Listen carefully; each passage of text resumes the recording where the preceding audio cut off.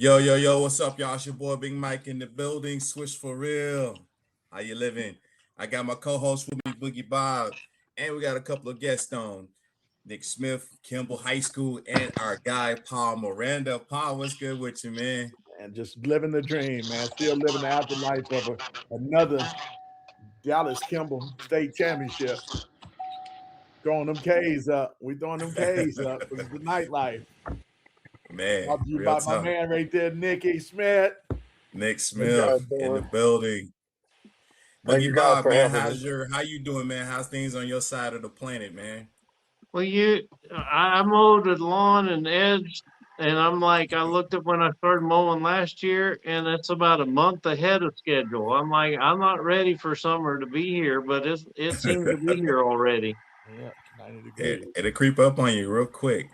And again, guys, Nicke Smith, man, how you doing, man? How things going on your side of the planet, man? Man, it's been, not really a spring break. It's been a world tour since we got back from state. But, everybody wants you to come by their place, bring the trophy and stuff. But it goes along with the territory. I wouldn't have it any other way. So, hadn't got much rest, but, I'm happy. Gotcha. Hey, let me ask you a question off the top. World tour. Talk to us about the tour, man. Where you been so far, man? Give me. Well, we've been to Thibodeau's. We've been to, Legends, Greedy's. Tomorrow, 1540 Bar and Grill. They're having us Nice. out there. You bring your trophy. You had Lincoln girls, Carter boys, Madison boys, and Kimball boys. We all got our trophies lined up, and man, we're just celebrating, having a good time. And we brought our parents out and alumni and stuff. Man, just let everybody celebrate with us. When we win, we all win. Yeah. Thanks. Thibodeau's Mike and Bob is a local Cajun spot here in Duncanville. Yeah, I know it's it. It's right It's up all our on spot over there, right there. Man, is it Cedar Ridge? Cedar Ridge, right? Ridge. Yeah, That's correct. Yeah, and so that's our spot. Now the 1540, that's on was that Hampton. Beltline? No, Hampton. Yeah, Hampton, yes. Minnesota. Yes. So I'm going to join them tomorrow. What time? He said 6 until, but we'll probably get there around 8. Yeah, 7:30, 8 o'clock. Yeah. All right, Paul, send me the address, man. I will do that. I will do that. So, all right, so how we do the show, Nick, is basically me, Bob, and Paul will ask you a couple of questions, and I'll kind of start off with the questions, and then we'll kind of keep it flowing.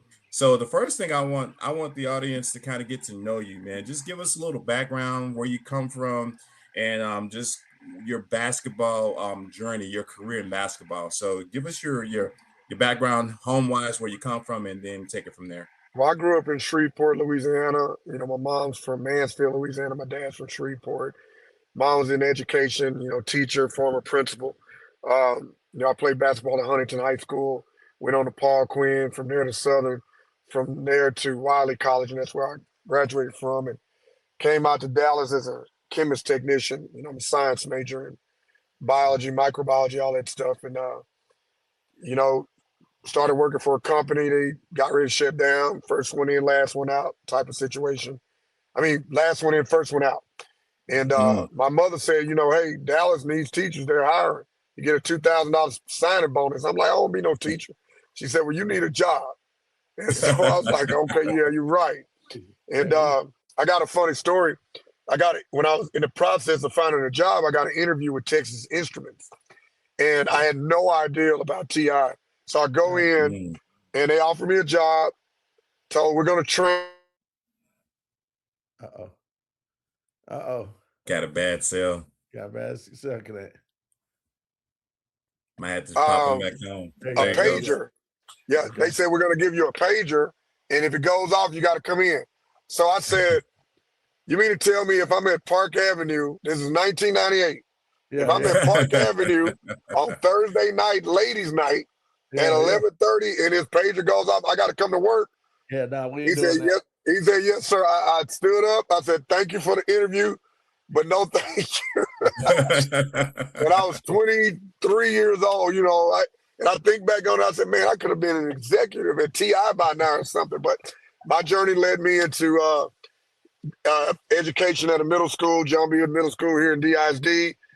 was coaching football there, moved on to Bryan Adams, volunteered up there a year, then got my first job at BA as a JV coach. And then met Goree, wanted to kind of move up a little faster. He told me, he'd introduced me to his son Snoop, go over there, learn how to run a program. So I went over in 2001, 2002, we went to state. So going from Bryan Adams at 3 and 20 something to playing for state championship the next year just blew my mind. And stayed there 3 years, got my first head job at Pinkston High School from 2004 to 2011, took a year off, came back to Kimball as an assistant in 2013. Then I took over at Kimball in 2014, 2015, and the rest is history, man. It's been some ups and downs, but, we've been rolling these last 6 years.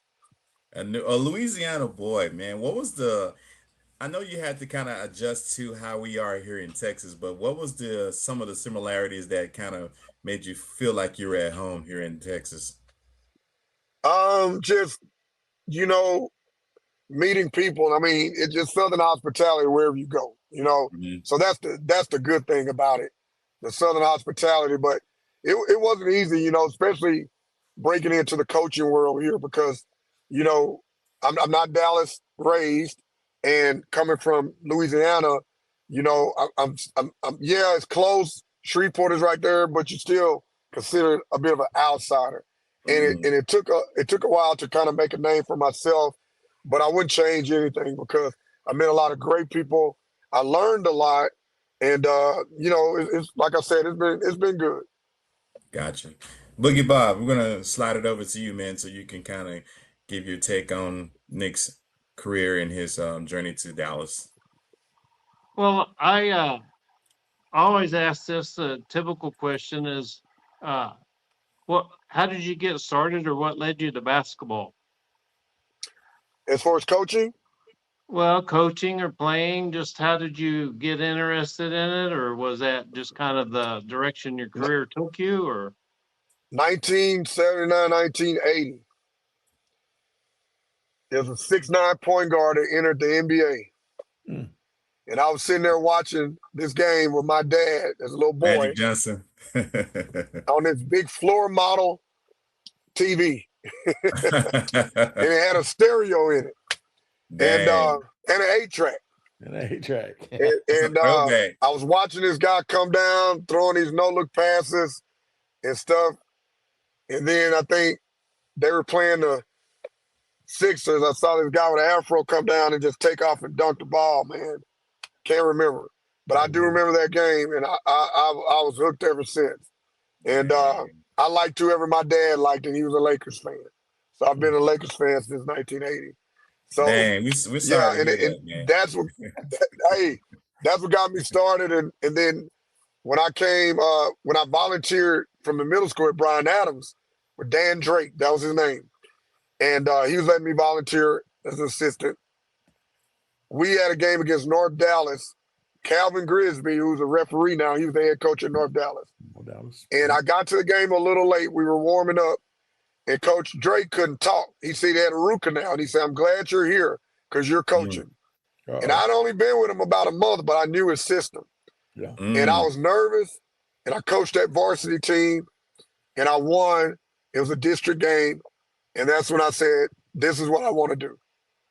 Well, let me stop you real quick, because that's a high school I went to, North Dallas. So I'm kind of upset now. Yeah, Coach Mason and Hint has been on our program as well. So yeah, Mike and I don't have quite those same skins on the wall, but him and I coached against each other in the Carrollton Farmers Branch Rec League. Okay. 11, 12, up to 15, as long as they weren't 15 by the time the season started. And we coached against each other, and he asked me about the podcast. So I as a coach, I didn't have any, my co-coach, he had 2 sons playing, but I never married, so I didn't have any kids of my own, but I thought all the players that played for me felt like they were my kids. And I had three principles that and Mike shares these as well, was one, life lessons. Sports teaches you life lessons. You got to put in the work. You may not, you're going to have adversity. You got to overcome things. Give me your 100% was number 2. You may not be as good as the next guy, but give me your 100%. And then third was kind of have fun with, while we're here, we're going to be serious, but have fun. And after those kids graduated their senior year, when they have a celebration, they would come up to me, "Hey coach, hey, I got a scholarship here, or I'm going to school there." And that's what kind of, very less than 1% of the athletes ever make the pros. Right. And I remember I played hockey, so I remember my hockey coach, and that's what I tried to impart, was help them at that age, give them a sense of what it is to be an adult and being a man, and growing up. Did you have similar principles, even though you want to win the ring? Did you have similar principles even with the high school? Yes. One of our mottos, we say before practice and before a game, we say play hard, play smart, and we play together. And we break those things down by playing hard. If you ever watch any of my teams, a lot of college coaches, a lot of other high school coaches say, "Man, how do you get your guys to play so hard?" That's hard to teach, but it's about the culture. When they walk in, and we established this about 6 or 7 years ago, when guys come in from 8th grade to the 9th grade, or if it's transfer, they're going to come in and they're going to watch and see how hard my practices are, how hard those guys are going at it in practice. I don't believe in practicing 3 or 4 hours.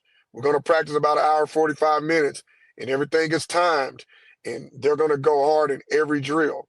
And then about playing smart, not doing dumb stuff on the court because your dad says, "Hey, when you get it, you need to go score the ball."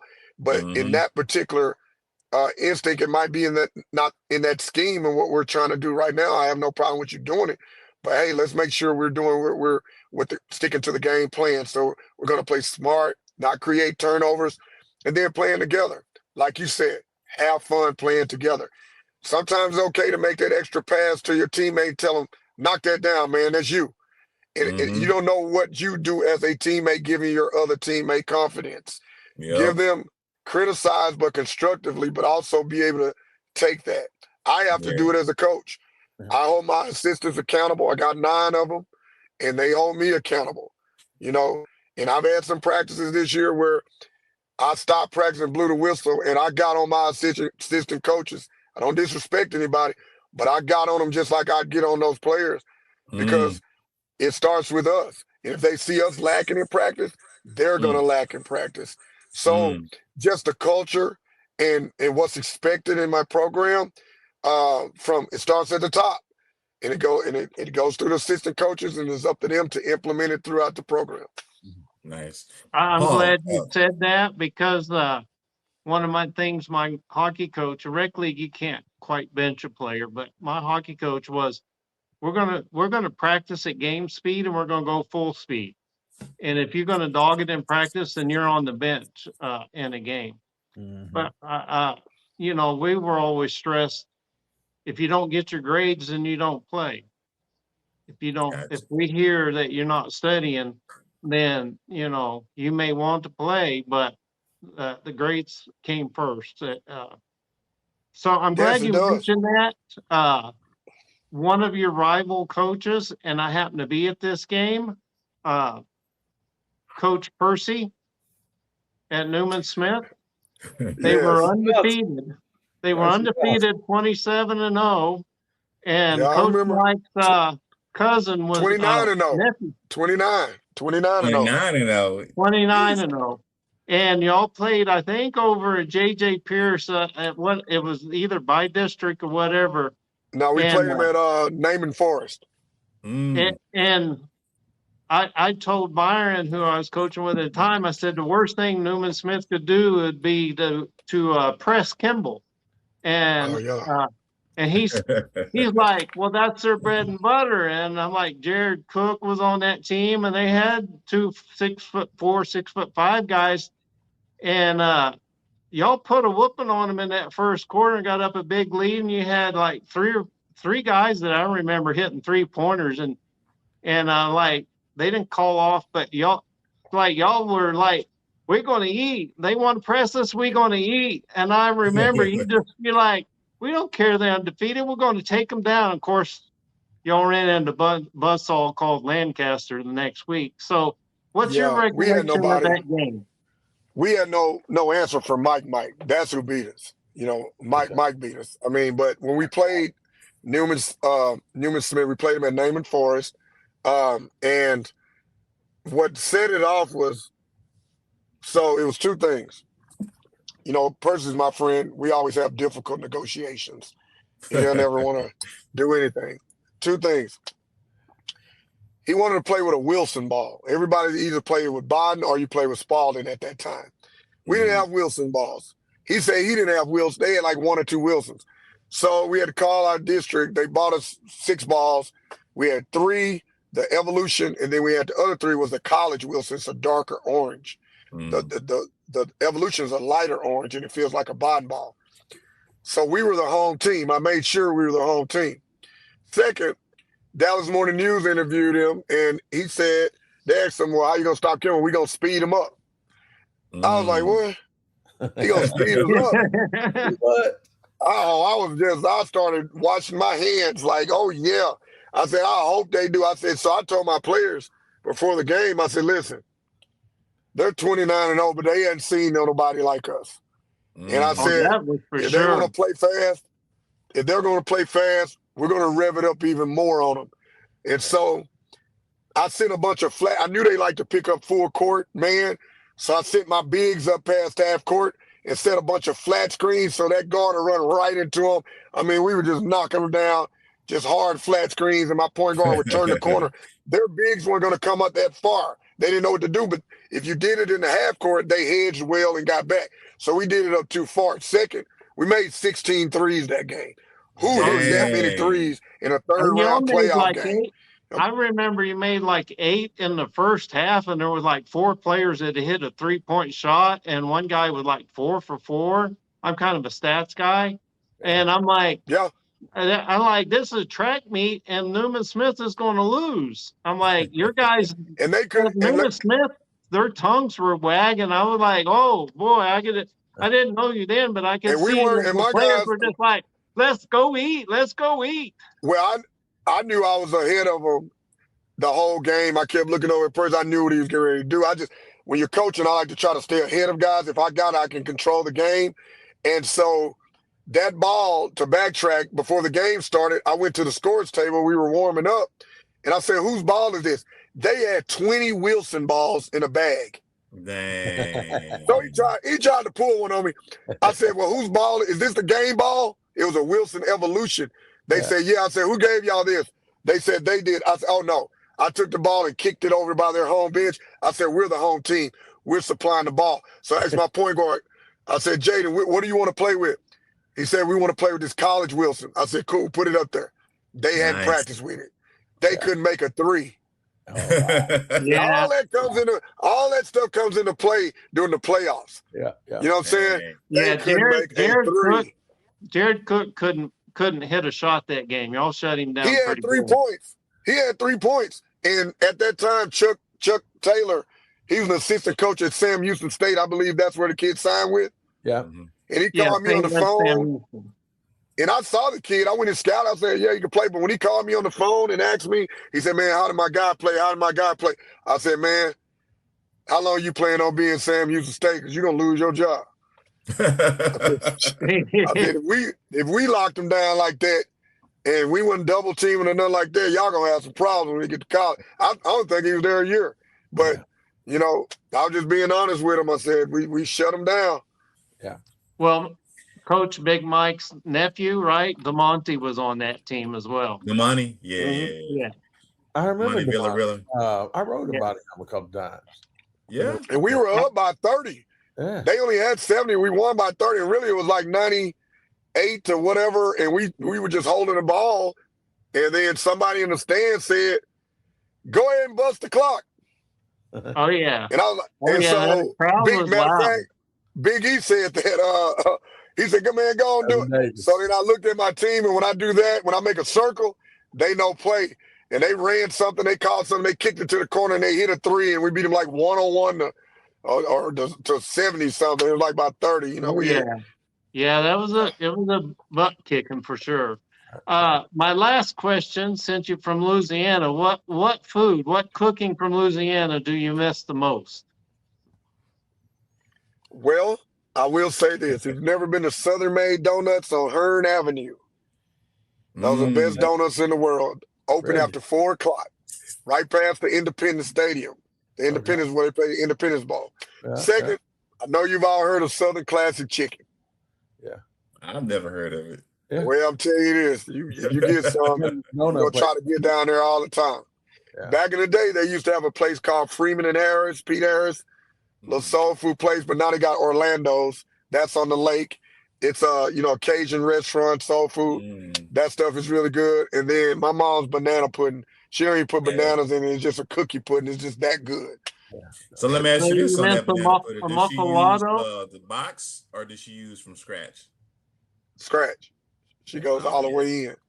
Oh, and that's hot. And she makes her own cinnamon rolls too, so that's pretty good. But and of course crawfish, you can go there and get crawfish $2-3 a pound. You come out here, they're like $9-10 a pound. Yeah. So let me ask you about go back. Do you miss the muffalados and the Angeli sausage and rice beans? Yeah, I love that also. Don't eat a lot of it, but I love it also. So Nick, when your mom makes some more cinnamon rolls, man, holla at me, man, because I love. You gotta get them while they're hot. She makes them from scratch, but she just turned 78. Paul, I know you got a couple of things you want to ask Nick. Man, I'm getting ready to go on a journey, bro. A couple of things. We're gonna be a minute with me on that right now, man. The floor is yours. The pleasure of seeing it from when he was wearing black and gold at Pinkston, coaching a guy named I don't know if this name is going to be familiar to any of you guys, but I know it's going to resonate very well with Nick. Tony Mitchell was a dude, and he was right there with them. And I remember they gave Kimball a couple of talk to me from I want to know what the experience is being opposite side of Kimball as a coach. Your thoughts coming up. Being like at Pinkston? Yeah, when you was at Pinkston. That's what I'm saying, going against that was like the people, like we say now, you knew it was a standard. Yeah. You knew that if we beat them, we got a chance. You know what I'm saying? And they were always in the way. South Oak Cliff with Coach Mays was there with Darrell Arthur and Bobo and those guys. They were always in the way. And, I even got dudes at like Tony and them, like Suge and Mario and Bean. I had dudes, but guess what? They did too. Yeah. They did too. And man, it was real competitive. I mean, Adamson, Mel Peterson had guys. Right. My man over at Maceo, what's his name? Tyrese's dad. He had guys at Maceo. And you had Spruce Love was at Spruce at that time. So you were battling all these guys, man, and looking at Kimball, coming from Kimball and being over there. I was always trying to get to that level. Now, I never complained. I never said, oh, can we get this? Can we get that? Oh, nobody likes us. Nobody. No. Right. I never complained. I just dug in, got guys over there, and then we went out and competed. I wanted them to feel like back in the day they would say when we would see Pinkston on the schedule, oh, we knew that was a dub. Right. Not when I was there. Right. Now, you had to scout, you had to be ready to play. And so I took pride in that. And then coming over, to Kimball, it was like me coming home. Right. So I remember those days, and I remember when we, as you know now, the alumni people pretty well taught and really involved in trying to help and trying to do what they can, especially with decision makings for the AD and the principal and so forth. I remember when Snoop, got cut, whatever, the stuff he was going through with the issues, and you was on that bench with them. And I remember them discussing, we need a coach. Because one of the things, the big thing about the alumni would say was we wanted a coach that was, that not just knew what the history was, but, really knew what the history was and how much it needs to continue and so forth. When they were coming at you, how did you, How did you deal with that kind of pressure? Because because I know me and you had a couple of conversations about it and so forth. But how did you deal with that level once you finally got the coaching job, or better yet, I want to know the part right before you got the coaching job. What Well, do you think it was going to take the thing with that is, coming from Kimball, I knew the history before I went to Pinkston. Right. You get some schools that say, "Hey, man, we want to make the playoffs. We want this." I set higher expectations for myself at Pinkston because I know we're going to win a state championship. Right. We're going to make the playoffs, but we got to win a state championship. So I put pressure on myself. There was no pressure on me over there. Okay. So those 7 years as the head coach there, I felt that coming into Kimball, I knew it was going to be pressure every year. Right. But I felt like I was built for it, that God sent me through that at Pinkston to be ready to be the head coach at Kimball. Right. And so when I got the job, I knew what was in front of me, and it was a bit overwhelming. And sometimes it still is. In the beginning, man, I was getting knocked out the first round, second round, trying to get it done. I had to change up some stuff, people on my staff, how I moved, what I did, had to grow up some, you know what I'm saying? And right before that, I remember Mr. Jones, the principal, told me and one of the other assistants who had graduated from there, who had been there with Snoop for the last 9 years, I want you guys to keep doing assistant coach duties. We're going to keep this in-house. I knew it was going to be one of us. Yeah. So every day I was up there training kids. Any guy want to come in, I'm opening the gym. I'm going to all the AAU games. Still thought they was going to give it to him. But what's crazy is they asked 2 questions. If he gets the job, will you stay and work with him a year? I said yes, because I've been a head coach before. Right. So I would try to help him be the best head coach he could be for 1 year. Then I'll go. Because that's what Snoop asked us to do. Right. And apparently when they asked him, if Nick gets it, would you stay? He said no. Yeah. And then I think something about, hey, I know your aspirations is to go coach at the collegiate level.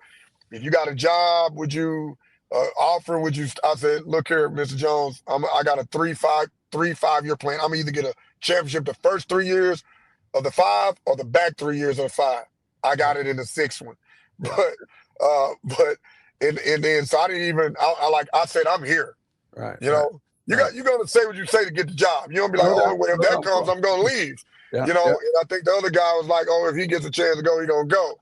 Right. And I still thought they was going to give it to him. And I was surprised. I saw Mr. Jones one day, and he stopped me about a week before school started. This process went on 3 months. Right. And he said, hey, Nick, we're going to go ahead and go. I thought he was going to say, we're going to go ahead and go with the other guy. He said, we're going to go ahead and go with you on this. Don't say anything yet. They want us to hire from outside, but I'm not doing that. I'm keeping this in-house. Let me smooth it over downtown first, and then I'll let you know when you can announce it. Yeah. And it really shocked me. For years, I never knew why he went with me when everything was leaning the other way. Yeah. But then he texts me these last 3 state championships I've won. He texts me, the former principal, and say, job well done. You did good. And I always say you made the right hire. Yeah. You know what you were doing. You went against everybody else, and you made the right hire. Yeah. Now, we talk about the alumni and how great times are right now. Talk about those early years, man. You was right there. You know what I'm saying? And he needs to go. He's got to go. You might have had some hair back then. I don't remember. I had some studs, but he's got to go. He don't know what he's doing. We need to get somebody else out there. And then you just had guys like you, Paul, that's an alumni that I ain't never heard you say I got to go. But what you did tell me to my face or on the phone, hey, Nick, you got to go do this. Yeah. And you put pressure on me. I don't even think it was pressure. I think you challenged me. Exactly. Until you do this, this is what it's going to be. Yeah. And if you want to get that off, you got to go do this. It's nothing else to it. When you walk in our gymnasium, you don't see district championships. You don't see regional runner-ups. You don't see state runner-ups. I mean, we've been to state 16, 17 times. Yeah. You don't see all those semifinals and state. Yeah. All you see in our gym, from wrestling to basketball to baseball to soccer, I don't care if it's chess, whatever. Yeah. State championship banners. Yeah. Because Nice. that is the standard. Yeah. And our gym be full of stuff. Yeah. You go to something, and I get it, but hey, that's just what it is. I could go 35-2 and losing that state championship. That wasn't a good season. And alumni, I ain't done nothing. And that's a good year. I had to learn that that's a great year. You won 35 games, 35-2, and you lost by 2 in the state championship. Got to win it. Guys, I used to mess with him in the early years. You know, you see how he got his name spelled, right, Nick, with an E? I used to always mess his name up on purpose. You know, just to mess with him. And he used to always try to correct me, and I just played like I ain't even here. You know what I'm saying? And I did it on purpose because that's when we talk about the challenging part with him. And you know, but you know, at the very beginning, I wanted him to be the hire. You know, and he didn't know that. You know, me and Fudge and Andre Perry, you know, a couple other guys, you know, we wanted him to be the hire, but you know, he had to, you know, we felt like we could push him to get it done. And as you said, as you see, he's more than got it done. I just tried to explain that to him just the other night when he won it, you know, how I was capitalizing, we were texting each other, and I was capitalizing NICKE to make sure, you know, that he knew that I was getting it right. You know what I'm trying to say? You know, now you have done, and I probably should have did this the year before, you know what I'm saying? But I think now he you know, to me, I felt like now he understands this is an everyday thing. This is an everyday year. When he won it at what was it, the regional final, I asked him, I took a little camera shot. God dog, I was supposed to send you a picture. But I asked him, I said, hey, is this getting tiresome yet? And he says, hell no, I can do this every year. I said, well, you better understand you're going to do it every year. I got to do it every year. This is what we're going to do every year. He said, you're right, man. And so, you know, that's some of the stuff I'm just crazy in love with the fact of how he accepted, you know what I'm saying? The push from guys like myself. You know, I don't put no money into Kimball. I put my love and my spirit into it and so forth. You know what I'm saying? You know, but you know, we stand by them nights, you know, till you know, till it ain't no more to stand by. You know what I'm saying? And for him to understand what a lot of guys like that are like me within that program, for him to understand that and grasp and go out there and say, hey man, this ain't just for you, Caden Gray, you know, or whoever, you know, Amari, you know, this is for, you know, I got to do this not only for my paycheck. I can't do this just for Kimball in the district. I got people outside of that lived this life here. Can't let them down. That I got to do that we got to do this for. And you ought to hear him tell his kids that. You know, some games it's just you know, he understands it, and I think that's why now, you know, I think that's why he had to struggle in the beginning, right? To where he is now. You know what I'm saying? Because now it's like he understands everything, you know, because he was considered an outsider. Now he is like, he bleeds this. You know what I'm saying? That's right. And so, you know, that's why I'm so happy that and I told him this the other day, I could not be any happier for any dude, you know, right now than you right now, because, you know, this job was so hard. You know what I'm saying? And I know it was. He being nice about it right now. There were times with him had conversations on the phone where I felt like this dude might be on the verge of slitting his wrist or something right now. You know what I mean? You know, because it was some tough times, man. You know, and I hit rock bottom, man. Yeah. And to hear him, you know, talk about the health issues. You know, he has some health issues, man, that like cause him to miss some playoff games, man. And you know, because this job can be that strenuous, guys. And I don't think we as the outsiders, you know, as media guys, really understand what those kind of coaches have to go through in those kind of programs. You know what I'm saying? There are programs out there that you got to win. You know, damn, you know, like you said, 35-2 ain't winning. You know, you got to win. If it ain't winning the ring, it don't mean a thing. That's how it is. You know, Sock used to be like that. I don't know if they still like that now or not, but you know, that's how Kimball is. But he gets it. And that's why I think now he's having the success that he's having. Now, one of the things I wanted to touch up on, y'all, and I didn't want to take over, you know, hijack the conversation here, but there's a history at Kimball that a lot of people don't realize. The coaching tree. We've had a lot of high schools have had coaches in and out, right? There's only a very few amount of coaches, or excuse me, schools that have had probably the same coach for about 15 to 20 years. More, not more than Kimball right now. And Sock used to be Jimmy Gales to pass it to Coach Mays, right? Well, Reed between that with Coach Dyer and Coach Powell to so forth. But we have a coaching tree. A guy named Paul Graham who ended up leaving to go to SMU, but he started a ritual here, man. That almost like a cult, because after that program just skyrocketed, into Coach Tubbs, who ended up leaving to go to SMU. Then Gorey Johnson, as he mentioned earlier. Then Snoop Johnson. All them dudes right there ended up winning titles. But the guy that started it off was the same guy. And I meant to send the picture to you, Mike. My bad. But sorry.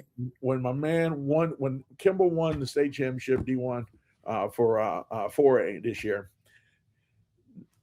the ritual is the AD gives the trophy to the head coach for the first time, and I don't think it's been done. I haven't seen in all my years of going to UIL State.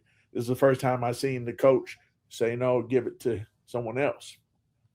And that someone else that Coach Nicke Smith gave that trophy to was Paul Graham. We call him the judge.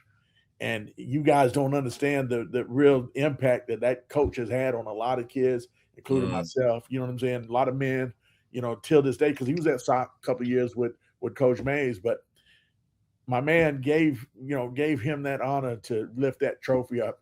And I'm telling you, I wasn't there, but I could see the tears rolling down Paul Graham's face. You know what I'm saying? And I said, you know what? Damn it, this is the one time that I didn't go to UIL State Championship that I wish I had been there just for that moment. And with me not being there, Nick, give us the lowdown on what made you do that? You know what I'm saying? What how was that moment for you? And looking at him, you know what I'm saying? Give us that moment, man. Give it to him. Well, I got a call when I was at the Final Four in San Antonio last year. I was in my suite, and Goree called me, and he wanted to know what did I think about Paul Graham. Sock was getting a new coach. He didn't know if God was going to keep him. He just wanted to come back to Kimball where it all started. And just, he just loved being around basketball, even though he's retired. Yeah. And I was a little skeptical at first. I said, I don't know. Sometimes you get guys coming in trying to change what you're doing. And so I waited a little while, and he called me a couple of times. I was busy. And after about 3 or 4 weeks, I called him back and we talked. And he said, Nick, I don't want to change anything you're doing. Y'all already got the blueprint. I just want to come be a part. I just love being around basketball. Yeah. So he comes to practice in June. We're getting ready for TABC. He sits there. He watches practice for about 2 weeks and doesn't say a word. He's just in there observing. He said, man, the one thing I see, your kids practice hard. Most teams have 2 or 3 guys that go hard, but from your varsity to your JV to your freshman, he said, they're in here going at it. And he said they defend it. I said, they have no choice. You can't defend. If you can't defend, you will not get on the court on any level. Yep. He loved it too. And he's a defensive guy. And so I told the guys before TABC, we got in the circle, and I said, listen, every year I got to have something that motivates me. It just ain't saying, oh, we're going to win a state championship, but I find something on why I'm doing this. My why is this man right here. I said he's the first African-American coach at Kimball High School, 75 to 82. Before him was Coach Pete Brown, who I met. Salute. And Pete Brown's 83, I think. He still living in 84. Okay. So, but after Coach Graham was Coach Tubbs. Coach Tubbs won the first championship in 1990. After Coach Tubbs was Goree Johnson. He had a back-to-back in 96, 97. Then his son Snoop took over in 99. He lost it in 99. He lost in 2002. He lost in 2009 to Yates. He won the state championship in 2011, 2012. He lost in 2013. He won in 2014. So when I took over, We had 6. And I said, you know, by the time Paul got there, we were at 8. I said, my why, I got to get him a ring. I said, I got to get him a state championship. And I said, Paul, I said, the superintendent usually always gives the head coach, presents the head coach with the state championship trophy. I said, she's going to give it to you, and I'm going to make sure of that. So when you said the fact that you wanted him to get a ring, you said that for the whole team to hear? So much that went on this year. And when we got to that point, I gave him a hug. We were putting our medals on. I said, we did it, Judge. I told you I was going to get it. He said, I got my ring, Judge. So he had no idea. And I went to Dr. Elizalde and I said, Doc, I told her real quick what the story was. I need you to give it to him. And he's going to hoist it up because this is for him. This is about him. Okay? There's no me. There's no other coaches. There's none of this without him being the first one. And she brought it to him and whispered in his ear and gave it to him, and he held it up. And, man, when I say I've never seen Coach Graham cry, it made me tear up. And I hugged him, and I told him I loved him, and I love him. I'm getting watery thinking about it, y'all. I'm being real right now because, you know, you guys just don't honestly understand the impact that this dude has on Kimball Knights, for real, because he started – It was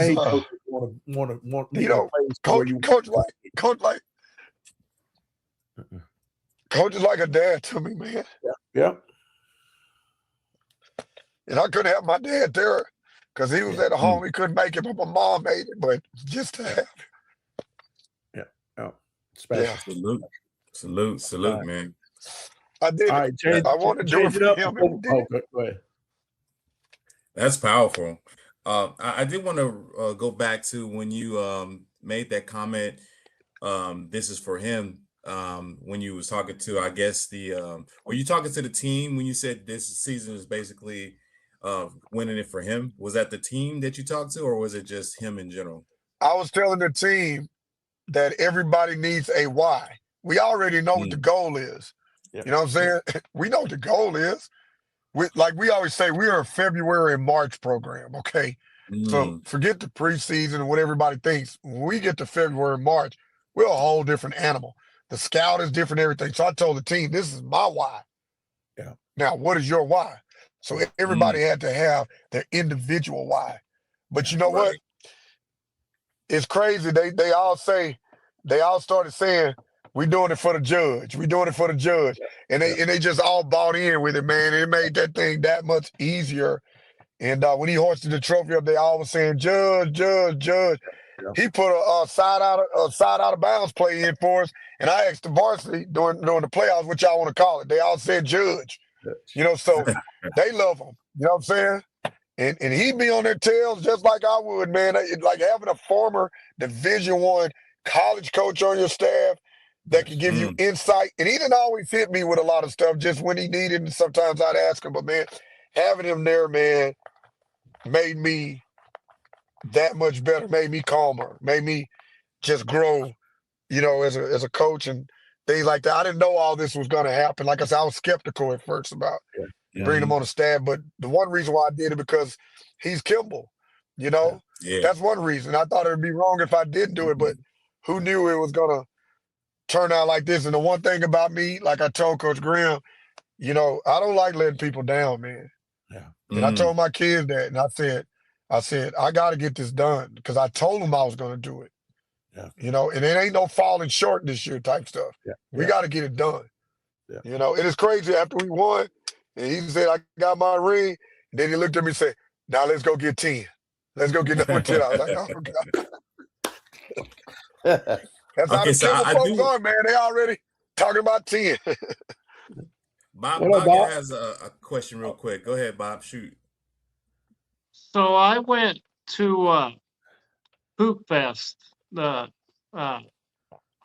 think it was 2018, 2019, and there was a player. He stuck out as a sophomore. He stuck out, and I think you coached him. So I just kind of what was it like to coach Artero Morris?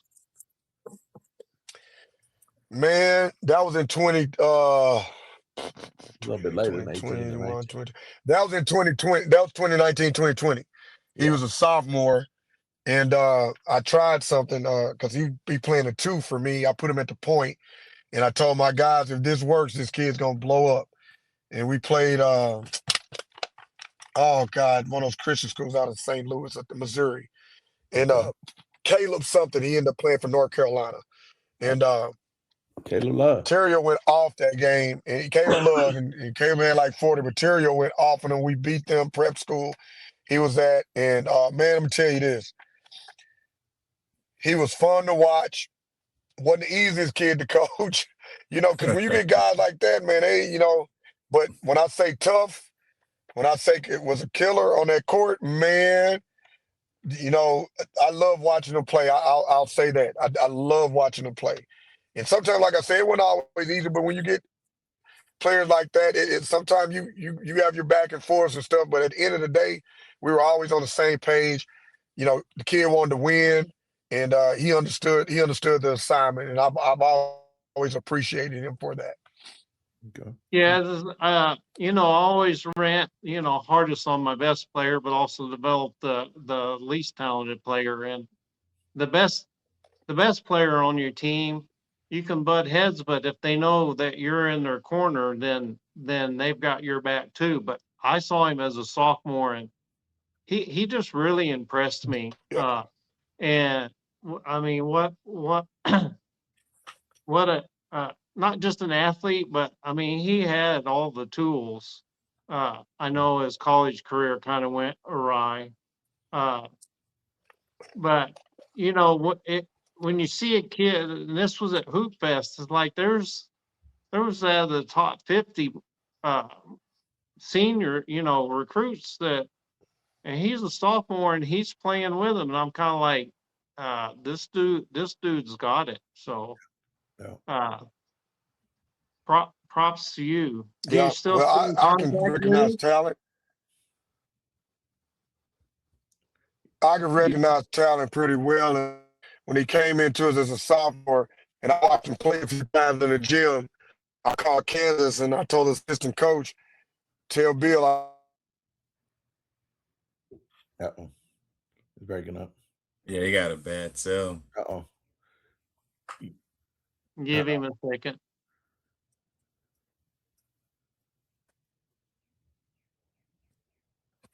Uh-oh. But that was a good question, though. I definitely got to go back out and well, I haven't been yet, but the Hoop Fest, that's still something that goes into the summertime, isn't that correct? No. That's during the school year and high school years. Yeah, it's right after Thanksgiving. Has a lot of tournaments. Uh-oh, he froze bad. I wonder if he knows. He might be still talking. But one of the things I want to touch up with him on next is I don't know if you know or not, but Bob, his little brother Gerald used to be an assistant for him all these years. What? And his first year head coaching Madison, who won the state. Wow. So I wanted to parlay into that. And then I was going to kind of go in and talk about some of the coaches. I mean, some of the players that he's coached, because there's a list that you have seen, Bob, that you're going to be like, okay, there you go. Come back. Okay, there you go. Hey, Nick. Hey, guys. All right, so yeah, we kind of broke up. Happened. No, you good. You just got a bad signal that ran into a bad cross. I was saying, I had called Bill Self and told him that I got one, and he said, "You got one?" I said, "Man," I've coached some pros, but you don't see it really maybe to their senior year. But to have a kid this young, I said, this kid a pro. And he came in at about a week later, sat in and watched him play, pick up. And after about 10 minutes, he stood up, pulled his pants up and said, "Nick, call him over here. I'm finna offer him." And that was his first offer from Kansas when he was a sophomore. Yeah. Yep, went just like that. Yeah. And I always thought, JUCO this is just my opinion. Where's he at? Where's he at now, Nick? Well, he went to Texas after He's at Kansas. Bethune-Cookman. Yeah, he went to Texas. Then he's supposed to go to Kansas, but he played at Bethune-Cookman this year, and I don't know if he's staying. He'll probably go to Portal and go mid-major or some or high, but had a good season. And out of all the kids in this area, from him to Keontae George to Anthony Black to Kason Wallace to Jordan Walsh, I felt that out of all those kids, I felt that Anthony Black was probably the most NBA ready because he didn't need the ball to score. He could do a lot of other things, but out of all of them, I thought Terrio was the best prospect as far as he was more skilled than all of them. Yeah, he was. And what he could do. Yeah. So let me ask skilled, you this. He left Kimball, if I remember right, to go to a prep school, and he came back to Kimball so that he could win a state championship. Yeah. How did that make you feel as a coach? Yeah, it didn't work. He came back. Man, it was great. I mean, we had a squad, and when it coming back, it always gives you a boost. I mean, these kids do that now, man. I've had so many kids now over the years leave. They go for about a month or two and come right back. And Terrio left, go prolific after sophomore year. Yeah. Had it happen this year. That happened this year. Probably happened again. Yeah. Had it happen last year. That happened all those times. That we're going to go into, Bob. You jumped in there before me on that. But that was part of... he went to prolific. He went to prolific and came back. And then, and then after that season, I mean, we lost in the state championship game by 2 in overtime. And then he left again. He left to go to the high school in Louisville to play with Keontae and came back. So it was twice. So with that said, Nick, let's stay on that point right there. That is the norm now. These prep schools, kids are leaving. A lot of them thinking they're better than what they are, and they need to go on that level because they want to play a national, a steady diet of national games and so forth. You had a couple players that did that to you this year. Demarie Wesley, what's his last name? Demarie Jalen Hancock. JJ, Mari Wesley. And Demarie's still in Florida with Peavy, but you had Jalen Hancock, and who was the other guy that did that earlier this year? Yeah, Jalen tried it and it just didn't go well and came back. Mari kind of stayed, but from what I'm hearing, I'm hearing, he's supposed to be coming back, for his senior year, which would be great. I hate sometimes they just got to go experience it, man. You wish them well and hope it works out. But I always tell them, hey, if it don't, the door's open for you to come back, your own school, man. Yeah. And let's go get it, And I never say don't do it. If I do, then, people think you're hating and stuff and everything like that. But in certain guys' case, I'll tell the truth. This is my opinion. I think you can do this. You can do this, and this here. Everybody not prep school guys. Then you have some kids that, hey, that kid, he need to go prep and play on the national schedule. You know what I'm saying? So it's different for everybody. And like I said, did I want him to leave? Oh, no. I felt, with a lot of kids leaving the state, you just move up in the rankings and possibly come out and be a Gatorade Player of the Year or a Texas Mr. Basketball, or even have a chance to be number 1 or number 2 in the state and possibly move up in the rankings for ESPN and Rivals in 247, and may have a chance to go to the Wooden Camp and maybe get a McDonald's All-American bid. But when you leave like that, they're not taking all them guys from one team. You can get them same offers and stuff you got here, and not that it's just him. I've had other guys, but, I try to tell them that. But if you decide to do that, then go ahead, and if it don't work out, hey, open with me. I know some coaches, he can't come back here. I wouldn't let him come back. I ain't no fool. Right. Well, we've said if on I don't this let JJ come back and say he can't play here, I don't win a state championship. JJ came back. His mom still live over here. You know what I'm saying? So why would I let him come back and play here? He ended up getting a state championship MVP. Yeah, we sure did.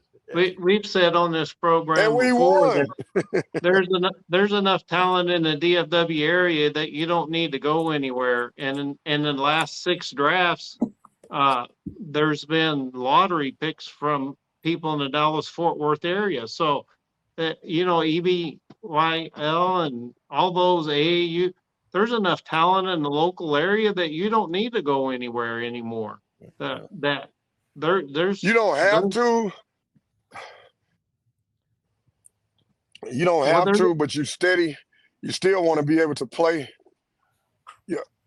Yeah, you don't have to, but you still want to try to play some national games if possible.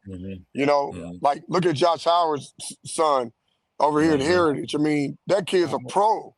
He's going to Duke, and he wasn't even a McDonald's All-American, and he should have been. But today, you don't have to be a Mickey D. All you got to do is handle your business. You can, if you're one of those guys and you do what you need to do, you got a chance to play professional ball. Yeah, he's the poster child of it that way, man. Seriously, we always say pedigree matters. I saw one game of Tyrese Maxey at South Garland, and I was like, that guy's a pro. Yeah. So Nick, Paul has another question for you. Hey, I like that tear jerking moment that we had a while ago. I'm gonna see if I can pull me another. Yeah, man, that's the first time it kind of hit me talking about it. I don't normally talk about it, but just thinking about that moment with Coach Graham, man, it got to me to see him, because I knew he really felt it. And to see Coach Graham say in the locker room after the game, he told the team, out of all the Final Fours he's been in the rings he's gotten from conference championships in college and Final Four, and he said this ring here and that trophy means more to him than all that other stuff. Wow. High school, man. I don't want you to get no more sentimental on that one right now, Nick. I want to go. I'm all right now. I'm going to pull another one out right now. I'm going to try to get you on this one right quick, because I like that moment that we just had you in. And, hey, man, little brother been with you for years. And you've been under your in your shadow all these years, and steps out. Kind of like my tweets, right? How I say, I'm here now, right? Sometimes steps out. Yeah. Goes to Madison and gets it done, man. What was that hug like, man? I saw when he won that thing and you came up, you guys embraced, man. Take me there, bro. Dang. And I'm ready to cry with you, bro, if you're going to do it. I waited. I sat there. I'm not going to cry this time. I had to get that one out. I sat there and I stayed behind the bench when they ran out on the court. I had my hands behind my back, and I just looked at him. And he looked at me. I wanted him to hug folks, shake hands. And then once he got near me, I walked from behind the bench, and I hugged him, and I teared up, and I told him I loved him, and I told him how proud I was of him, that he can't even imagine what this means to me to see him. Because, see, I told a lot of media outlets and Fox 4 and some of Channel 8, I just said that I sat behind that bench because I just wanted to be there for him if he needed to look at me, ask anything. But his assistant coaches did a good job. I didn't want to take anything away from that. I just wanted him to see me there, that I had his back. Yeah. I was more nervous for him winning because I didn't want him to go through, like my dad says, he has all these ailments. Hey, man, take care of your body. You don't want to go through what I'm going through right now. Being this old, and I got all these health issues. Take care of yourself. I'm like that too. I didn't want to have to go through experiencing being up and then losing in the state championship, or something happening, or it just not going right. I didn't want him to experience that because I did, and those times could have broke me. And I hit rock bottom.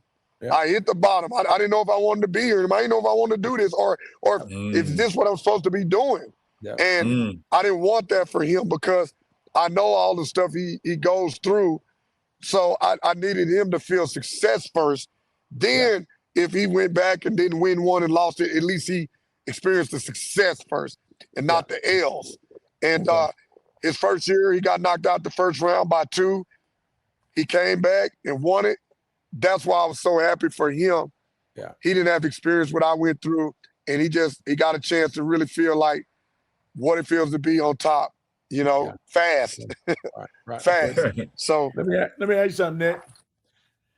There's always a competitive rivalry between brothers. I don't care how much love you got. And I don't know if you guys have that kind of relationship or not, but I know brothers. And no, we do. I got two sons in here myself, and they go at it all the time, even though the little one is 16, the other one is 26. You know what I'm saying? And they go at it on everything. Is Gerald got his, you know, do you see a moment where Gerald's gonna have his chest out, think he mess with the K now? What, he wants some of the K? Want some of the nice now? Man, that night at the after party, he coming to me talking about, you let's go and play, man. Let's get this thing together. It'll be a big story. I told him, I said, listen, how much you gonna pay me to come play? Yeah. He said, pay you. I said, yeah, I mean, I said, how does it benefit me? If I win, all they gonna say is, yeah, Kimball beat Madison. They supposed to beat Madison. I said, and my ranking ain't gonna change.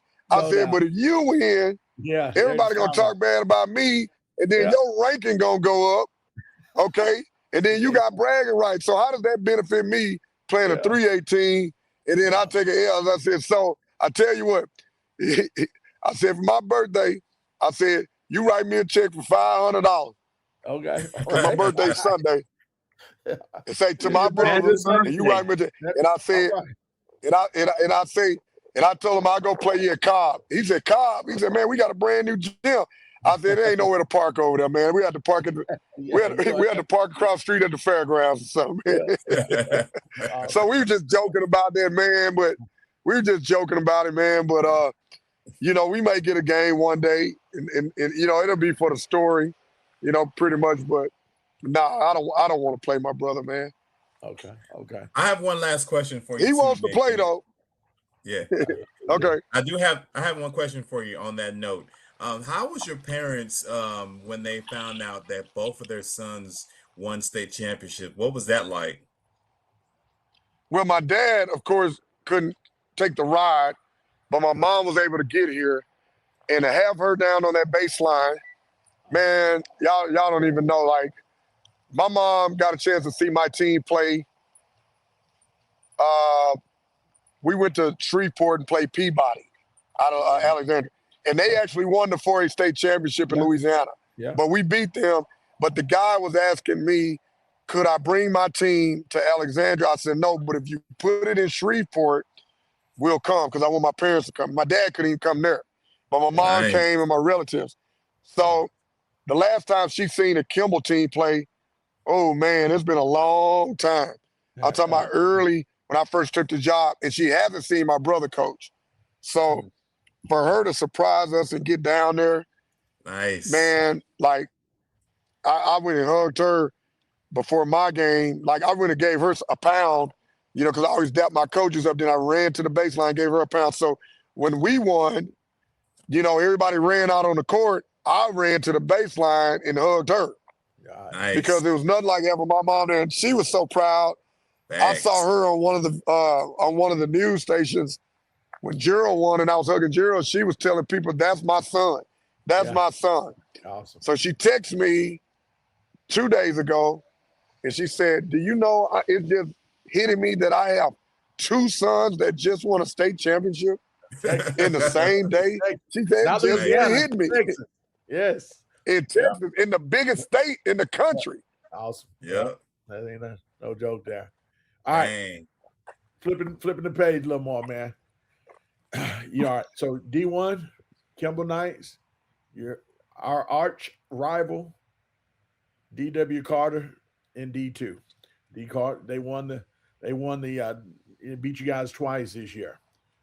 Yeah. What's that feeling like right now? How do we really feel about because you know what the question is right now. Everybody's don't like the D2 thing. Everybody wants to go back to the bringing it down to one. What's your feeling about sharing? You got D1, Carter got D2.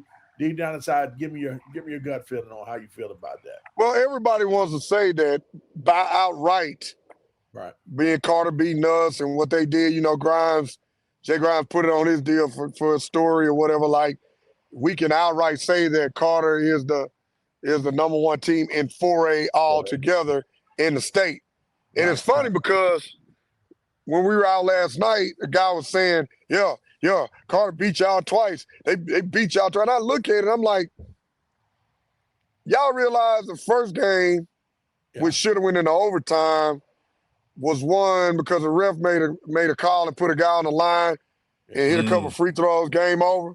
You do realize the second time that I had players injured, we still in the game, and that a free throw or two sends it into overtime at the end. Yeah. I mean, it wasn't like it was though when they say they beat, yeah, we lost, you know what I'm saying?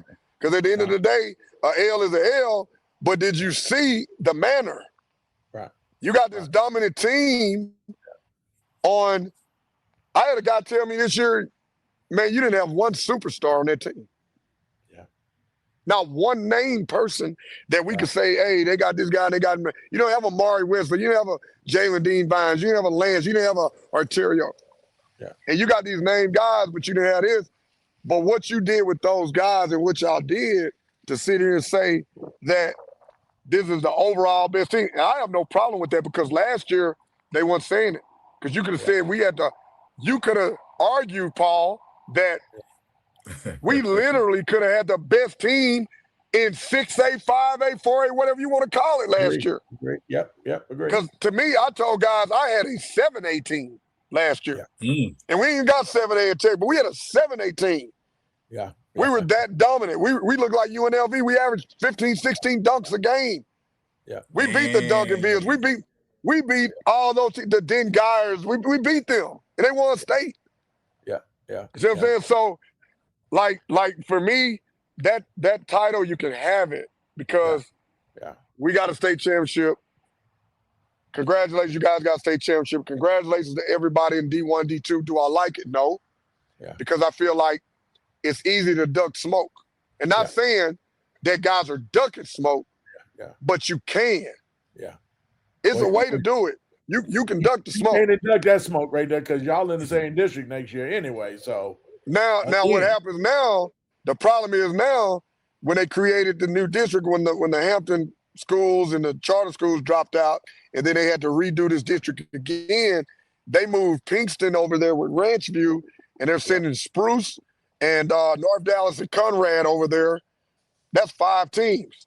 Okay. Yeah. So now in our district, it's us, Carter, Hutch, Belt, and Lincoln. That's 5 teams. Okay. They're taking 4. Now, us and Carter, our enrollments are higher than those 3 schools, which means we're going to go big regardless, which means we will see each other for the next 2 years in regionals. And guess who's going to be ready? Yeah. They got me messed up. Guess who's going to be ready? We going to battle. Me and Love, that's my boy. We have some battles, but we going to have to see each other. May the best team win. That's what it's going to be. But what I just found out, though, I'm thinking like, because I was talking to our assistant AD of Dallas, he was saying that, I said, man, we only going to have 8 district games. We play everybody twice, right? I mean, our district probably not going to start to mid-January. He said, no. The way they got it set up, we're going to play those 8 district games. Right. But that other district over there I just named, we got to play each one of those teams one time. Oh, okay. So that's going to be 13 games. That's weird. I don't know. So we're going to have to play Pinkston one time. Right. We're going to have to play Ranch View one time. We're going to play North Dallas one time, Conrad one time, and Spruce one time. But then we're going to play Hutch twice, Lincoln twice, Carter twice, and Roosevelt twice. Now, I don't think those games count, but we got to play them something. I don't know how that works, but we got to play them one time. Maybe just a to make the district.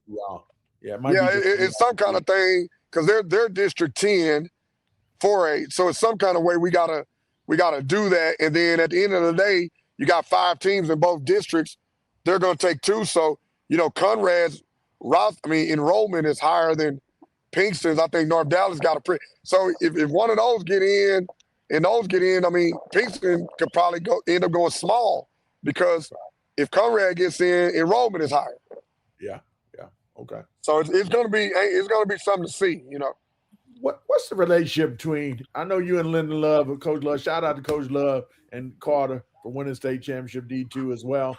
We wanted to have him on the show tonight, but my stuff at work and so forth. I couldn't reach out to them and so forth and try to get permission from DISD on that as well. But I know I hear you say y'all are cool and all that, but man, what do y'all ever, trip on each other about who gonna do what to each other? I mean, our friends do it, man. What the hell? Well, we do at times. We outside on each other. We outside on each other at times and stuff like that. But at the end of the day, Love always tell me I ain't gonna have no friends pretty soon. He always said, man, you ain't gonna have. We always joke about that, but nah, man, that's my boy. I'm gonna tell you, man, like we are competitive when we gonna play each other, but at the end of the day, I'm truly happy, man, that he got him a chance to get him a state championship. This was the perfect time, the perfect year to do it. And it was a perfect timing, man. I mean, he brought Carter one. He had a lot of pressure on him. I know you hear from the alumni and stuff like that too. But to finally, and I know on paper, like they say in the hood, I know Carter won what the championship in football was, 88? Yeah. Okay. Well, of course, when they strip stuff, on paper it's not there anymore. But in the hood, as we say, they won. You know what I'm saying? Yeah, they won. They won. And I feel like that. And even with Sock, with Mays, when those two got taken, I still feel like they won 4 years in a row. That's just what it is. Yeah. So but it's been like they say it's like been a curse or something. And if it has, he lifted it. He lifted it. And that's a just to see the Carter folks run around, they've been and just to see the Carter fans out, and we see them, man, them some of the happiest folks in the world. Madison, Madison glad they won't back down there again, because Mobley was getting them down there, Coach Kidd. Madison. Kimball's Kimball, but shoot, them folks, man, they happy, man. So I know we're kind of pressed for time right now because I want to respect Coach Nicke Smith's time. We're gonna head to the last topic of the day. Bob got one more thing to say, and then we'll go into the last topic of the day, and I'll give you back your guys' night. Go ahead, Bob. So, Coach Nick, I got to see Trey Johnson also when he was a sophomore, and Case Wallace and Ryan and Griffin played against him. Is there 4A, 5A, 6A, doesn't matter, Division 1 or 2? Is there one kid or one player that you saw last year or maybe coming up that is on that same level as a Keontae George or an RJ Hampton, a Trey Johnson, Cason Wallace? Is there a kid that's sticking out even if they don't go to your school? Good question. Right now, like a young kid right now. Yeah. Well, the kid that's over at Summit, is that right? Summit. Mansfield Summit, the freshman. Mansfield that Summit. Kid, That kid's special. That kid's special, man. I can't think of his name, but he got the MVP of the state tournament. He's special, man. And I'm gonna tell you who else I knew was special as a freshman.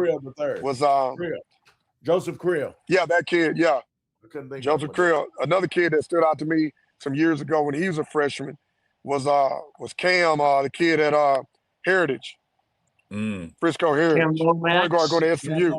Lomax. He man, when he was a freshman, he gave it to us, and we just made one good defensive stop when he had the ball and he missed it, and we got the rebound, kicked it up court, laid it up, and we won by 3, and we went on to the next round of the playoffs.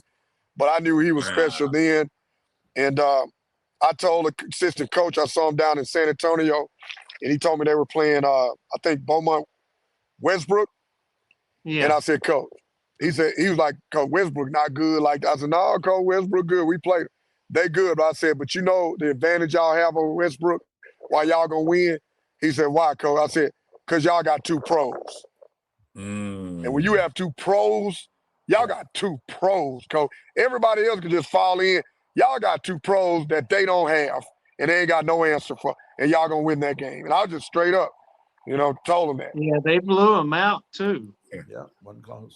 Yeah. So have you got to see Marcus Spears son play or Jason Yes, Richardson's I've seen him. Jace Richardson Yes, play? Yep. Yeah. yes, I have. What's your take Love. on Richardson's son that played at Hoop Fest? Yeah, skilled. He can play, man. I like him. I think those guys are gonna make some money. Of course, the NBA and the Spears kid. I think they're gonna make some money, man. When you get those kids like that, man, they're already special and you can see it. You know, as long as they have a great upside and the ceiling is high, then they'll flourish. But some kids, when you see them doing the same thing they've been doing, and they've had a name since they were in the 5th grade, all the way to Wow. be a senior, and it's the same. Their ceilings aren't very high, but they're good, and sometimes it can hurt them their stock. When it comes to going to the league and stuff like that. But Yeah, no, it's just they like don't grow. the kid Shaq over there, Carter. I think he has everybody say, oh, he ain't doing that. That kid's 6'10". That kid got a high ceiling, man. It's just I'm waiting for it to break out. Yeah, that's what I'm saying. That kid grew so fast, and when it hits, oh man, it's just. I just hope it don't hit no time soon while we playing. I hope it don't hit. I hope it don't hit till when he go to college and he go home. But I look at him and like, oh, I love to have that kid. Yeah. Facts. So here's the last topic of the day. There was 9 teams in the North Texas region: North Crowley, Little M, Frisco Heritage, Manfield Summit, Dallas Kimball, which is your school, Dallas Carter, Dallas Madison, and Paradise is not in North Texas. Basically, it's kind of there. But what did you think when you see 9 teams in the North Texas area win state titles, and that's never been done before? What was your thoughts when you seen it happen? Well, one of the first things I thought was, boy, these parents' investments and all these trainers and getting them on the teams and things like that, it's working. It's working. I said, folks getting their kids in, and I'm gonna tell you this too, like not just TABC, not just AAU, but we talked about this. That fall league schedule, like we play 12 games. We're gonna play in the Boss League. We're gonna play in Lovedale at Carter. That's 2 games. We're gonna play at both Gassos, and then I gave this other guy Sloan 2 games, but normally we get 10 games in, but we got 12 in. And those 12 are the most competitive games. And at Kimball, I don't care who I play. That's why they always put me against prep schools in these showcases and stuff, because I beat them. We played Cardinal Ritter this year in the Hoop Fest. We played Cardinal Ritter in the Hoop Fest. They're a well-known prep school. I'm out there with 9 guys. I beat them because we defended. And so, just those games alone, ain't none of the coaches up here ducking smoke. So you're already playing top-tier talent, in the fall. And then just some of these guys' schedule. Now, my schedule is a little different. I probably had the number 1 or top 3 schedule in the state. We're playing 2 teams in the top 25 in the country. We're in the Bahamas. We travel. We're in Louisiana. And then I don't play what I consider regular high school basketball games anymore, where you play freshman JV varsity. I have to find my freshman and JV games because we're in some kind of showcase. So if we're not playing a 6A team, you got to be in the top 5. You got to be in the top 5 or 6, 5A. Yeah. Then I ain't playing no 4A unless it's out of state. Yeah. You know what I'm saying? Or we're going to play a prep school that's ranked or national. That's what we're playing. And we're going to win some games. We're going to drop some games. But guess what? When it comes down to it, by the time we get in the playoffs and everything else, what we've seen ain't near about what we played. You know what I'm saying? What we get ready to see in the playoffs is not near about what we played. That's why this commentator said, the 22 and 11 record we had with 23 and 11 doesn't speak for our team, that we're way better. And they talked about they played a brutal preseason schedule. So there's 11 losses. You can't look at that. Man, look, who wins 23 games and wins a state championship? Yeah. That's tough. You're going to have at least 26 or more wins. Yeah. Nick, when you look at those rankings like that during the season and they putting you low like that, especially this year, I've seen a couple of local rankings that had you guys down like 18, 17, and then all of a sudden when you lost to Carter by 2, now you jump back up to 6 or 5. What do you be thinking? Do you get slight? Do you feel slighted, during those processes? Or do you pay any attention to that? I look at TA. I tell my guy, I know my assistant coaches, they're young, and they get a little offended. I don't know what the players think. I just tell them don't pay attention and stuff. But for me, right? TABC, I'm gonna look at that. I'm gonna look at Gasso stuff, and then anybody else is just whatever. But there were a couple of guys that took us straight out of their ranking, top 25, and some of the schools they had in there, they looking at their record and stuff. But you have to look at the team. You have to look at who we lost to. I had a guy tell my coaches, where you had 2 losses to Carter, you had a loss to Humble, and then you took a loss to Pinkston. Dude, go look at see who we beat also. Go look at Bishop O'Connell out of Virginia, how they were up 10. We went up 10, and we lost to them by 5. They were ranked number 25 in the country, and that's because my best player fouled out in the last 2 minutes. We had them. And then the Pebblebrook by 3, out of Georgia. You beat a top team, a team that just won state out of Louisiana. We beat ESD. We beat Legion Prep. We beat Cardinal Ritter, who's a prep school. So then look at the game. We played Itasca, Cedar lost. We played Westbrook. So I'm looking at Beaumont United was 17-0. They was number 1 in 5A, and we beat them in the Dallas in the Dr. Pepper tournament. Who talked about that? Nobody. And for a guy to say, we took 2 losses to Carter. Look at the losses. It was about 1 and 2. The game was out. It was just a missed call here or a free throw there, and that was it. So when you do that and take us out, what are you saying? And then here we are, state champions. But we in your top 25. I'm gonna give you something else. They got some site on Instagram that had the MVP coaches, and they had Carter, Heritage, Summits, North Crowley, Little Am, somebody else. It was like 5 or 6 guys, MVP coach. They said the fans are voting, and these are MVP coaches. Who's going to be the MVP coach out of that? So I went on there and I put, you know what, this is a good lineup, I said, it's a good roster, no doubt. Yeah. And I left it at that. But what I was finna put was, I'm going to just go 3-peat right quick. Yeah. Because who's talking about in the last 6 years, I've been to state championships 5 times, lost 2 by 2, and won 3. Yeah. And then in the last 4 years, I've been 3 times and won all 3. And a back-to-back, but I guess it's Kimball. So I guess nobody's saying nothing about that. Nobody's saying nothing about the type of team that got there. You know what I'm saying? Yeah. That's what gets me. And it's not being talked about, and it's okay because I've had to learn to shrug things off. Okay, he didn't put us in the rank. They didn't want to come by my school and talk to me about my program and see what we're doing. But guess what I'm going to do? You don't have to put me in there next year. No. But make sure you get your room in San Antonio and come to our game. Yeah. You know what I'm saying? Because I'm going to go 3-peat. And if you don't want to say nothing in, if you don't want to put nothing in, then don't. Coach, I can't sing, but I got something that sounds like it fits you. If you players, we ready. We ready. We ready. Cool, y'all. Man. That just goes to show you have arrived now. You know what I'm trying to tell you? So I wouldn't even worry about, that kind of talk now because, I remember a time when, the talk was the other way around. Why should we talk about it? It was the other way around. So a few years ago, Paul, I would have been like, man, they not even talking about it. We did it. Now, when I saw that, you know what? They're all MVP coaches to me. Those guys did a great job. Yeah. And I don't have to be in it, but guess what? I always tell my kids this.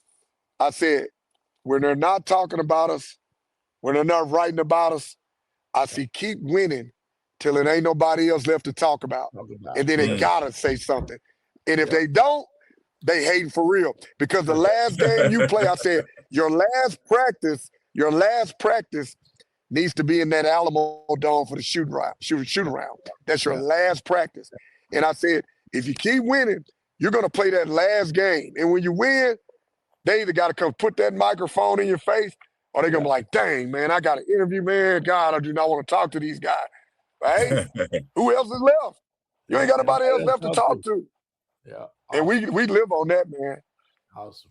It's the Kimball way, guys. It's the Kimball way. Man, I gotta say I'm so excited that we had an opportunity to talk to you today, man. We're gonna close the show out. Nick, thank you so much. Paul, thank you for hooking us up, man. We're gonna get with you again, Nick, soon. We got some stuff working in the summer. I'm pretty sure you already heard. So once we get that solidified, then we definitely gonna have to have you on the panel. Closing out, man. Boogie Bob, tell the people where they can find you in social media sites and give me your social media handle, man, so we can let them know where they can find you at. You can find me at Boogie Bob or up there. It's for real. Swish for real. And Swish for real. I wore the shirt just for you, Nick. You're all Mavs, in. baby. Go Mavs. You're all in. Go Mavs, man. Hey, I'm a Mavs fan as long as they ain't playing the Lakers. Oh, man, dang.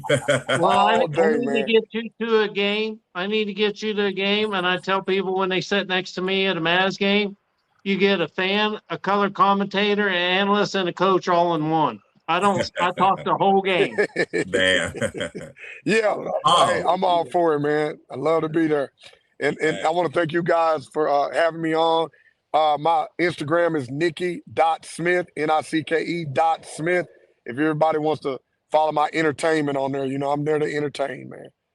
I'll follow you, and we'll put that also into the description so they can log into and just click on the link and get you there. And Paul, you're the last one, man. Where can they find you on these social media streets, man? At Paul M. The Real Talk on Twitter, The Real Talk Nation on IG, of course, Paul Miranda, Facebook. Before I pass the mic to you, I want to give a special thank you to Todd Lamb of DISD for allowing to have Nick come on. You know, hope he's watching this because we keep him in heaven. There's many more Gerald Smith and Madison Carter on here, and a whole slew of other guys. Coach Pritchard, Iman Pritchard for Mansfield Summit. So those guys are coming. So I just want to make sure that Mr. Lamb knows that we appreciate him his generosity for allowing us to have such a valuable dude like Nicke Smith come on here, man. Because I tell you, this is my guy. You know, like I said, we got more to come. Like I said, we're talking about doing that coaches roundtable this summer. So y'all be ready for that. You know, Swish for real. Podcast is getting ready to do some things different here. And so I'm excited about this for you guys, man. And God bless you. Thank you for having me on again. Absolutely. Oh, thank you so much. Nick, thank you so much. Thank you guys, man. Yes, sir. Yeah. You can catch us here always on YouTube, Swish for real. Just type it in. If you need me, just hit me up. Guys, thank you so much. It was a great show. Paul, Steve, Nick, Paul, Boogie. We're out, man. Have a great one, man. Take care. All right. All right, bud.